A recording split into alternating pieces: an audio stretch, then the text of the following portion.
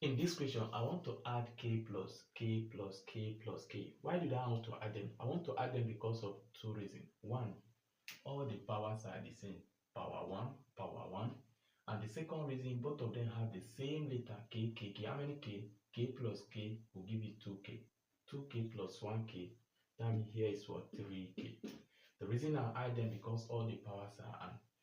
We're asked to write k plus n. I'll add these two together because they have the same power, power 1.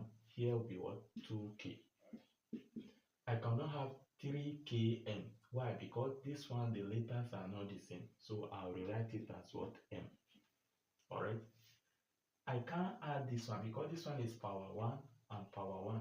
This one is what? Power 2. I'll write k squared. Then plus. I can add this one because they have the same letter and the same power. K plus k will give me what? 2k. Thank you.